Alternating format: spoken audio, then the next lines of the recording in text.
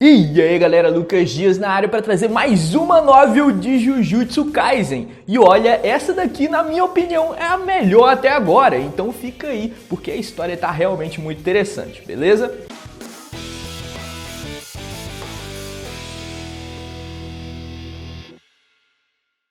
E bom, para você se situar quando que vai se passar essa história aqui, é justamente um pouco antes da luta lá entre Tóquio e Kyoto, no intercâmbio entre as escolas Jujutsu. E a gente vai acompanhar a Nobara, que até o momento ela tá ainda bem fraquinha, porque ela só enfrentou até o momento maldições, nunca enfrentou um outro xamã, então ela está tendo um intensivão com o Panda. Eles estão batalhando todos os dias para que a Nobara fique ainda mais poderosa. Nobara ainda estava no ponto em que saía voando com qualquer ataque do Panda, mas por causa do seu espírito de luta que estava alto por causa do Todo e da Mai que a provocaram, mesmo sendo arremessada várias vezes, ela não desistia ou se abalava. Já o Megumi estava treinando contra a Maki, que por sua vez conseguia lidar facilmente com todos os ataques do Megumi. Nos seus treinos contra o Megumi, a Maki nem mesmo suava. E ouvindo uma conversa entre o Panda e a Nobara, a Maki acabou se interessando, então ela derrota rapidamente o Megumi e se junta à conversa entre os três. Bom, e aqui a Nobara está falando que ela respeita muito o Panda e a Maki. Eles são senpais realmente sensacionais aos olhos da Nobara.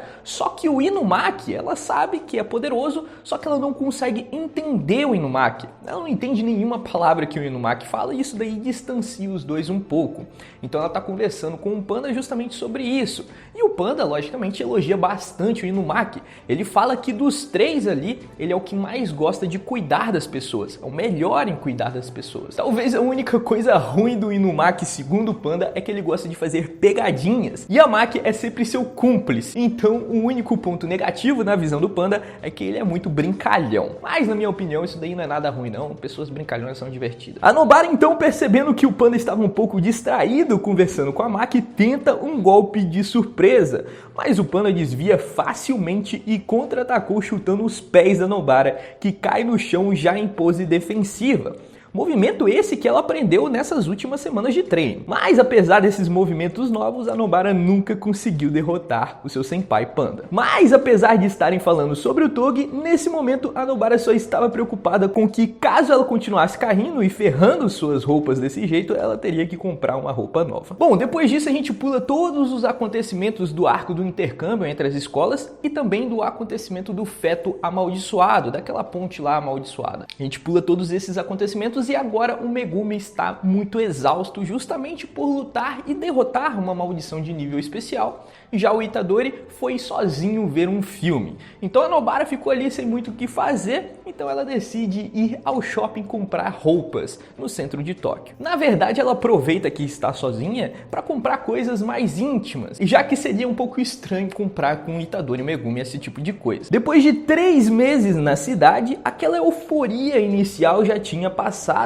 E hoje a Nobara acha aqueles sons e aquele movimento normais. O barulho da cidade até mesmo se tornou algo melodioso para a Nobara. Quando pensou nesse ponto, ela se lembrou um pouco da sua cidade natal e isso tirou o seu fôlego. As pessoas daquela cidade eram antiquadas, xenófobas, não viam as pessoas como indivíduos. Então, por mais que ela já estivesse acostumada àquele local, a Nobara com certeza gostou muito mais da vida complexa da cidade. E quando ela estava indo em direção ao shopping, ela acabou encontrando uma pessoa tampando a sua boca com uma gola alta. Só havia uma pessoa que fazia esse tipo de coisa. Era o Togi Inumaki. Do lado do Togi Inumaki tinha um cara realmente muito diferente, bem alto, com olhos azuis, pele clara. Era com certeza um turista. E a Nobara, curiosa, foi lá ver o que eles estavam conversando. E tadinho do turista, ele estava perguntando um monte de coisa, direção de um monte de coisa. E o Inumaki estava falando só ingredientes de onigiri.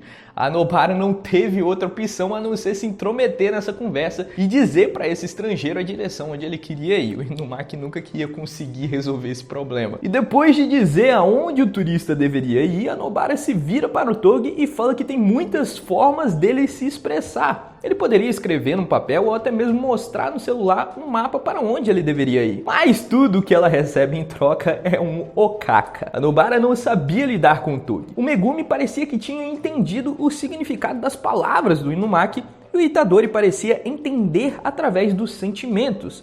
Mas a Nobara não tinha a menor noção do que o Inumaki falava. Por isso, ela só queria ter ajudado o seu senpai com aquele turista e sair dali para continuar a fazer suas compras. Mas é nesse momento que o Toki segura o seu braço, dizendo Takana. Aparentemente, o Inumaki não queria deixar ela ir, mas a Nobara não sabia o porquê. A Nobara pensou que o Togi não queria que ela ficasse tão tarde na rua, porque poderia ser perigoso, esse tipo de coisa. Mas ela não entendia realmente o motivo do Inumaki não deixar ela ir. Porém, uma velhinha acaba tropeçando ali no Inumaki, que estava no meio da multidão, e no momento que o Inumaki ia ajudar a velhinha a se levantar, a Nobara tinha sumido, ela tinha ido em direção ao shopping. Afinal, ela não tinha entendido nada do que o Inumaki tinha falado. Porém, antes de chegar ao seu destino, ela acaba encontrando um cara. Esse homem se chamava Tsurubi e ele aborda a Nobara falando que é de uma agência de modelos. Realmente esse cara conseguiu pegar justamente no calcanhar de Aquiles da Nobara. Ela sempre sonhou em ser uma modelo e dizer isso daí com certeza conquistou a Nobara. Segundo o Tsurubi, ele estava atrás de alguém realmente com o perfil da Nobara e queria conversar num local mais calmo. A Nobara de pronto aceita, mesmo ela não conseguindo conciliar, caso ela fosse contratada, uma vida de modelo e uma vida de xamã. Ela não conseguiria fazer isso, mas como é o sonho dela, ela segue o cara na direção de um local mais calmo. Porém, ela nem percebe que já começou a seguir o cara, ela só começa a andar e quando vê, ela está completamente desacordada. A Nobara acorda sem saber onde está. Suas mãos estão amarradas atrás de uma cadeira e ela parece estar sentada em uma sala de um prédio bem alto. Haviam talismãs presos no chão e nas paredes e uma mesa com alguns documentos no centro da sala. Tsurubi então surge. Ele, logicamente, era um usuário de Jujutsu. Atrás dele tinha um homem realmente muito grande, com um porte físico maior até mesmo do que o do Aoi todo, chamado de Koizumi. Mas o jeito que esse cara grande falava parecia com o de um gatinho medroso. Nobara estava com muita raiva de estar naquela situação, mas ao mesmo tempo ela sabia que não estava numa condição simples e que precisava tomar cuidado. Tsurubi nesse momento está até mesmo impressionado com a Nobara ter conseguido recobrar a consciência tão cedo. A Nobara deve ter um autocontrole emocional realmente muito grande para conseguir esse feito.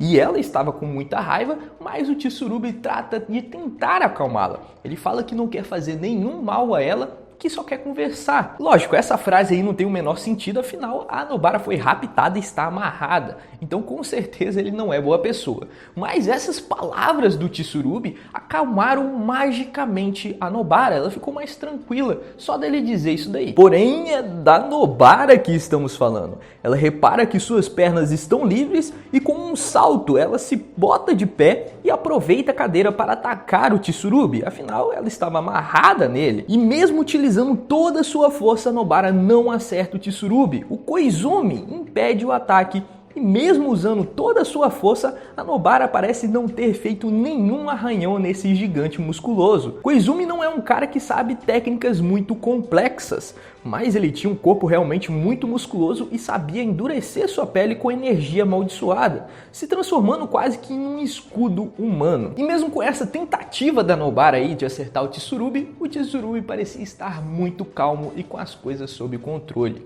Ele então fala que ela não vai conseguir derrotá-los, e só de dizer isso, todo aquele fervor da Nobara já diminui.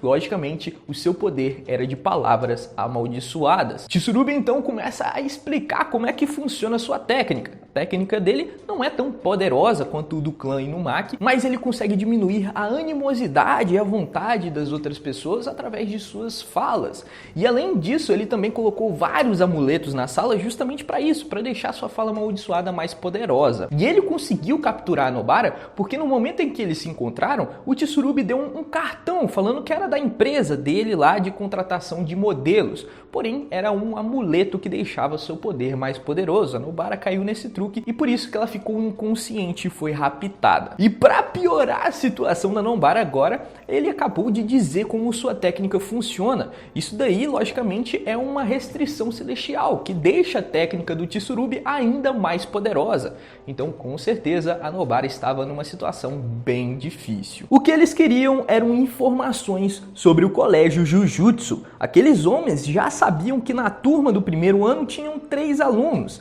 e que não eram tão fortes segundo suas fontes. Então eles estavam tentando obter mais informações para conseguir vendê-las a um bom preço. A Nobara, por sua vez, sabia que se continuasse assim, ela cairia de vez nas palavras amaldiçoadas do Tsurubi e entregaria todas as informações de bandeja para eles. Ela tinha que pensar num plano antes de perder completamente sua consciência. Na pior das hipóteses, a Nobara cogitou até mesmo a cortar sua própria língua. Porém, antes do Tsurubi conseguir tirar mais alguma informação da Nobara, eles escutam um estrondo do lado de fora daquela sala que eles estavam. O Tsurubi então pede para o musculoso Koizumi olhar o que estava acontecendo e no momento em que ele abre a porta, só se ouve uma palavra: dormir. Aquele gigante cai como uma pedra. Logo depois, como uma flecha, o Inumaki passa pela Nobara e dá um golpe no Tsurubi, derrubando ele no chão. O Inumaki hoje já é um xamã de grau nível 1, então ele pode ter missões solo. Agora então a Nobara ligou os pontos. O Inumaki estava numa missão e estava tentando alertar a Nobara de que era perigoso aquele local, lá quando os dois se encontraram no meio da multidão. O Inumaki com certeza é melhor para essa missão, justamente porque ele também tem fala amaldiçoada, então ele sabe lidar melhor com toda essa situação. E bom, apesar de ter caído na armadilha do oponente, ao menos agora a Nobara sabe que Okaka e Tanaka são coisas negativas e que ela deve se preocupar. Ao menos agora, duas palavras a Nobara sabe o significado. Depois disso, o Inumaki desamarra a Nobara, que estava ali no chão por causa dos efeitos das palavras amaldiçoadas do Tsurubi. Porém, antes mesmo que eles pudessem se levantar, uma aura assassina surge. O Koizumi, que tinha já acordado do efeito das palavras amaldiçoadas do Inumaki, já tinha erguido o punho em direção ao próprio Togi. Nobara, que estava agora desamarrada, consegue se levantar e acertar um golpe no Koizumi, que estranhamente cai como uma jaca podre. Por mais que a Nobara fosse autoconfiante, esse cara cair desse jeito, com certeza foi algo realmente muito estranho. Porém, no momento em que a Nobara se vira para trás, ela encontra o Tsurubi de pé e o Inumaki no chão. O Tsurubi tinha utilizado as suas palavras amaldiçoadas para fazer com que o Koizumi levantasse depois de que ficasse inconsciente. Isso daí foi uma artimanha do Tsurubi, prevendo que algo de errado poderia acontecer. E ele aproveitou esse momento para disparar um gás lacrimogêneo que ele fez na direção da Nobara. E sem poder fazer muita coisa, o Inumaki se jogou na frente desse gás. E por isso que ele está no chão, ele não consegue falar direito mais. Esse gás realmente afetou e afetou muito a garganta do Inumaki. O Tsurubi sabe que o Inumaki, por ser de uma família que possui lá palavras amaldiçoadas, o Inumaki sabe se defender também de outras palavras amaldiçoadas. Logo, o seu poder não funcionaria no Inumaki e por isso que ele fez uma arma que fosse útil contra o Inumaki. E ela funcionou de forma excelente, pegou o Togi e deixou ele no chão. Vendo toda essa situação, a Nobara se enche novamente de raiva. Ela já caiu na armadilha do inimigo 2 vezes e o Inumaki pagou pelos seus erros. Como usuário de palavras amaldiçoadas, essa missão não seria nada difícil para o Inumaki, mas por causa da Nobara, o seu senpai se encontra no chão nesse momento. Utilizando seu ódio, a Nobara tenta manter sua consciência contra as palavras amaldiçoadas do Tsurubi. E no ímpeto de sua raiva, ela tira o cartão que o Tsurubi tinha te dado e joga ele no chão. E agora a gente até mesmo vê uma nova habilidade da Nobara. A Nobara sabia que ela precisava de um médium para utilizar sua habilidade. E caso esse médium fosse roubado, como é o caso atual, ela perderia muito de seu poder. Então a Nobara treinou e treinou bastante a construir pequenos bonecos com qualquer coisa que ela tinha em volta. E ela fez um boneco com as cordas que a estavam amarrando. Ela com esse boneco joga ele na direção do cartão que tinha jogado no chão e pisa com toda a sua força. As palavras amaldiçoadas do Tsurubi não conseguiram impedir a Nobara, porque as palavras dele não são tão poderosas quanto a do Inumaki. Ele precisa de uma frase completa para fazer efeito. E falar pare ou algo desse tipo não vai impedir a Nobara de pisar com toda a força naquele amuleto, fazendo assim com que todos os amuletos daquela sala pegassem fogo e também a língua do Tsurubi. A língua do Tsurubi tinha a marca para ele utilizar a palavra amaldiçoada e esse efeito aí foi até mesmo na língua dele, fazendo o cara cair e ficar se revirando de dor por causa desse golpe. Depois disso, finalmente a Nobara pega seu martelo de volta e quando estava prestes a matar o Tsurubi, que poderia até mesmo ter muitas informações dela, o Inumaki grita: "Não mate". Mesmo caído e com suas mãos na garganta, o Inumaki consegue impedir com que a Nobara matasse aquele homem.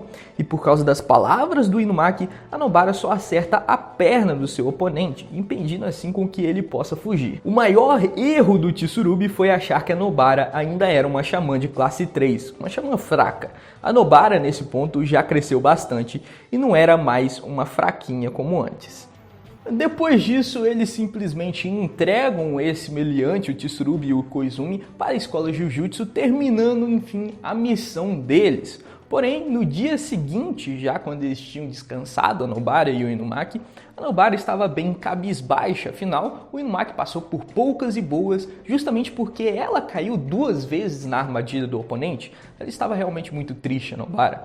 E conversando ali com Panda e Yamaki, os dois repararam que a Nobara estava bem para baixo, e aí que surge novamente o Inumaki. A Nobara então pede lá desculpas e tudo mais, e eles começam milagrosamente a conversar. A Nobara agora estava entendendo cada palavra do Inumaki. Com certeza a Nobara cresceu demais, e esse daí pode-se dizer que é mais um tipo de crescimento dela. E bom galera, essa foi mais uma novel de Jujutsu Kaisen. Na minha opinião, essa daqui é a melhor, foi a que eu mais gostei. E deixa aqui nos comentários o que você acha. Gostou dessa ou mais de alguma outra que já apareceu aqui no canal? Caso você não tenha visto as outras novels, eu vou deixar aqui um card para você poder ver todas elas, beleza? Então, caso não tenha visto, é só clicar aqui. Dito isso, eu vou ficando por aqui. Nos vemos no próximo vídeo.